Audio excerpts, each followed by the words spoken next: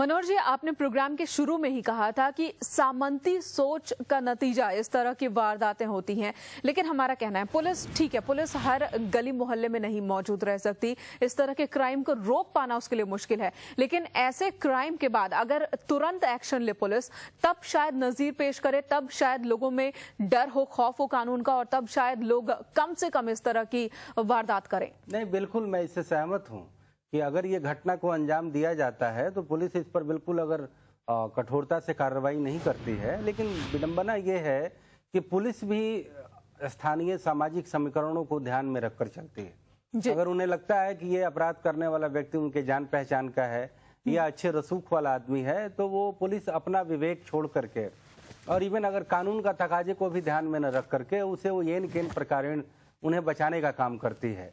तो मैं तो अपराध के लिए अपराधी से पहले मैं पुलिस पर ही क्वेश्चन मार्क उठाता हूँ, केवल बिहार की नहीं पूरे देश की, क्योंकि हमारी जो पुलिसिंग है वो आज तक पुलिसिंग पर व्यापक तरीके से आज तक चिंतन मंथन नहीं किया गया, क्योंकि पुलिस खुद ही एक टेरर का प्रतीक बना हुआ है समाज में। उन्हें अधिकार दिया गया है, उन्हें एक तरह से लाइसेंस प्राप्त है, कोई क्रिमिनल का सॉल्यूशन, क्राइम का सॉल्यूशन निकालेगा, लेकिन जो तौर तरीका है, जिस तरीके से FIR लिखा जाता है, जिस तरीके से बयान लिए जाते हैं और जिस तरीके से पुलिस उनके साथ बड़े रूड तरीके से सारा क्वेश्चनिंग करती है, मैं उससे बिल्कुल सहमत नहीं हूं। लेकिन ओवरऑल आंकड़ों के लिहाज से क्राइम कंट्रोल किया नीतीश कुमार ने, लेकिन आज जिस तरीके से आप बता रहे हैं कि हर जिले में अमूमन घटना हो रही है, और एक नहीं, कम से कम ऐसा नहीं कि कोई मीडिया इसे सेंसेशनलिज्म कर रहा है, बल्कि एक नहीं कम से कम दर्जनों घटनाएं हो चुकी हैं और मीडिया का ये फर्ज बनता है कि इन चीजों को दिखाए, नहीं तो उन्हें और संरक्षण मिलेगा, सरकार में और आत्ममुग्धता बढ़ेगी, पुलिस और बेलगाम होगी और बेचारा निरीह प्राणी वो अपराध बिल्कुल जो है उसे वो सहता आएगा। बिल्कुल तो, लेकिन अब ये कह सकते हैं कि ये वो वक्त आ गया जब सरकार को भी चेत जाना होगा और पूरी व्यवस्था पर मजबूत पकड़ बनानी जरूरी है, क्योंकि लोगों की सोच में अगर बदलाव होती है तो जाहिर सी बात है ये लोकतंत्र है। बिल्कुल बिल्कुल अच्छे तरीके से सरकार को चेतने का ये वक्त है, क्योंकि एक नहीं अनेक घटनाएं हो चुकी हैं और मुझे लगता है कि जो उन्होंने वीडियो कॉन्फ्रेंसिंग की है सूबे के मुख्यमंत्री ने, एक अच्छा पहल है, लेकिन अब देखना होगा कि क्या इसका रिजल्ट आता है, क्या और तरीका तो नहीं अख्तियार करना होगा, क्योंकि एक तरह से ये सोशल क्राइम है, इनह्यूमन क्राइम है और इसे किसी भी तरीके से बर्दाश्त नहीं किया जाना चाहिए और बिल्कुल मासूमों के साथ ये हो रही घटना है जिसे हर तरह से निंदा की जानी चाहिए और उन लोगों को इस तरीके का सबक और इस तरीके का दंड दिया जाना चाहिए कि अगला कोई भी व्यक्ति इस तरीका का काम जो है वो सोचने की भी जहमत ना उठाए। जी बहुत बहुत धन्यवाद मनोहर जी, अपनी अहम बातें हमसे शेयर करने के लिए, प्रोग्राम में शामिल होने के लिए। तो इस वक्त हम बहस लाइव में प्रोग्राम यहीं रोकेंगे, लेकिन यही जाते जाते उम्मीद यही जताएंगे कि नीतीश कुमार जिस तरीके से चिंता जता रहे हैं लॉ एंड ऑर्डर के खराब सिचुएशन पर और जिस तरीके से उन्होंने आदेश निर्देश दिए हैं तो उनका पालन हो और एक अंतर दिखे और दबंग जिस तरीके से दबंगों में, अपराधियों में कानून का खौफ नहीं रह गया है, वो खौफ एक बार फिर उनमें हो और आम जनता सुख चैन से जी सके, ऐसे बिहार की हम कल्पना करते हैं। फिलहाल इस वक्त बहस लाइव में इतना ही, लेकिन महुआ न्यूज पर खबरों का सिलसिला जारी है।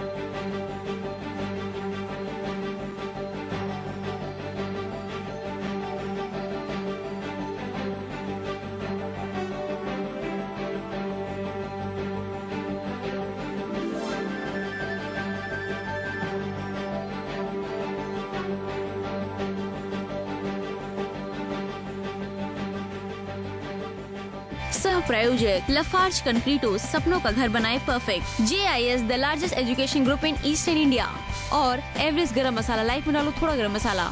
सांबर मिसेज रेड्डी ने भेजा है। सिर्फ एवरेस्ट सांबर मसाला में है 14 मसालों का सही मिश्रण। मिसेज मम्मी ने बनाया, टेस्ट में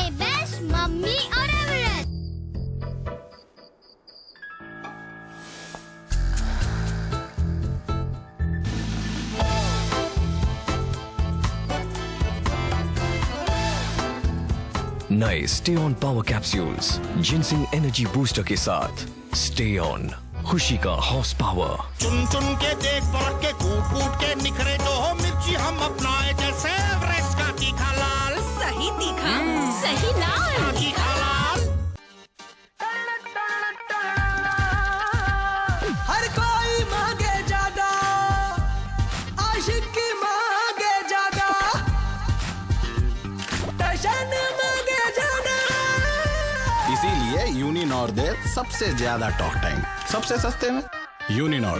What? आज फिर बाहर खाना खा के आओगे? और मैंने जो इतना कुछ बनाया, घर का कुछ अच्छा नहीं लगता। लाइफ में डालो थोड़ा गरम मसाला। एवरेस्ट गरम मसाला, खाने में डाले स्पेशल टेस्ट। थोड़ी गरम दाल मिलेगी, टेस्ट में बेस्ट एवरेस्ट। अरे हाँ कर रहा हूँ। अरे प्रजापति, संडे कब है? क्या हुआ? संडे। दिन भर की टेंशन थकान उतारने के लिए संडे का इंतजार क्यों? नवरत्न तेल की मालिश से रोज की थकान रोज उतारिए। नवरत्न लगाओ, सीटी बजाओ। छोटू भैया आओ हम अपने बीच की दीवार तोड़ दे। अरे सुनते हो? देखो देखो भाई क्या करे। तोड़ दो ये दीवार। क्या भैया हुआ छोटू? भैया ये दीवार टूटती क्यों नहीं है? टूटेगी कैसे? अंबुजा सीमेंट से जो बनी है। अंबुजा सीमेंट। विकी, 5 मिनट में रूम साफ। पाव भाजी तैयार। एवरेस्ट पाव भाजी मसाला में है 15 मसालों का सही मिश्रण। टेस्ट में बेस्ट, मम्मी और एवरेस्ट। नए stay on power capsules ginseng energy booster के साथ खुशी का हॉर्स पावर।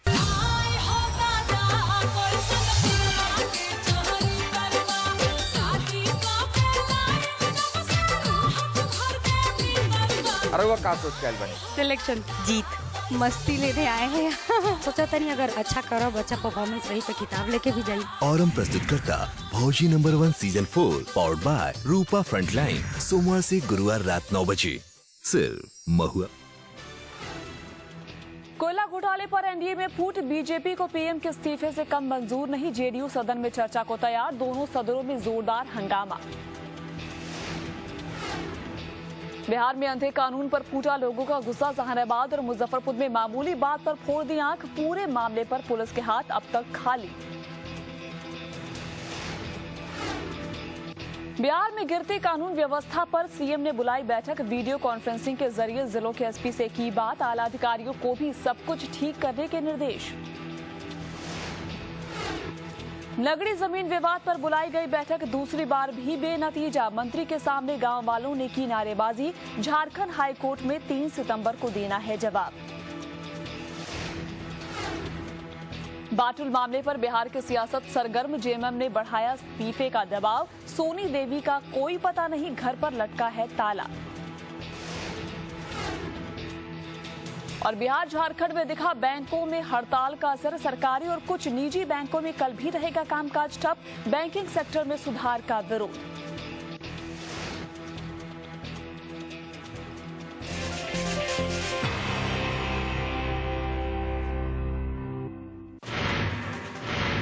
सुशासन के दावे के बीच अब तक जिंदा है दबंगों की दबंगई, सामान के बदले पैसा वापस मांगने पर दुकानदार की फोड़ दी आंख। मुजफ्फरपुर के राजू राय की एक आंख की रोशनी हमेशा के लिए बुझ गई। राजू की एक आंख दबंगों ने फोड़ दी है और फिलहाल पटना मेडिकल कॉलेज में उसका इलाज चल रहा है। दरअसल गांव में राजू के पिता दुकान चलाते हैं, कुछ दबंग सामान लेने आए और बगैर पैसा दिए जाने लगे। टोका गया तो पिता बेटे पर दबंगों ने हमला बोल दिया। पहले तो सामान लिए, सामान लेने के बाद पापा ने पैसे मांगे, पैसे नहीं दिए, पापा को खींच के फरसा चला दिए, आँख खंती से फोड़ दिया। अब फोड़वा कांड के चलते एक समय बिहार की खूब जगहसाई हुई थी, लगता है दबंग फिर इसी रास्ते पर चल पड़े हैं। पिता से थी खुन्नस, बेटी से लिया बदला, जहानाबाद में दबंगों की फायरिंग से फूटी लड़की की आंख। पटना मेडिकल कॉलेज में इलाज करवा रही इस लड़की के साथ दबंगों ने जो किया उसे याद कर वो अभी भी सिहर उठती है। जहानाबाद के नवागढ़ गांव की मधु के पिता नाई का काम करते हैं। दाढ़ी बनाने में हुई देरी से दबंग ऐसा ताव खाए कि गोली बंदूक लेकर घर आ धमके। बेटी सामने पड़ गई तो पहले इसके साथ जबरदस्ती करने की कोशिश की और फिर गोली मार दी। गोली का छर्रा मधु की आंख में गया और वो लहूलुहान होकर गिर पड़ी। दबंगई की इंतहा झेलने वाली इस लड़की से मिलने आरजेडी नेता भी पहुंचे। साथ ही आरजेडी ने पटना में इस अखफोड़वा कांड के खिलाफ विरोध प्रदर्शन भी किया। 18 अगस्त को हुई इस वारदात पर पहले पुलिस चुप्पी साधे रही।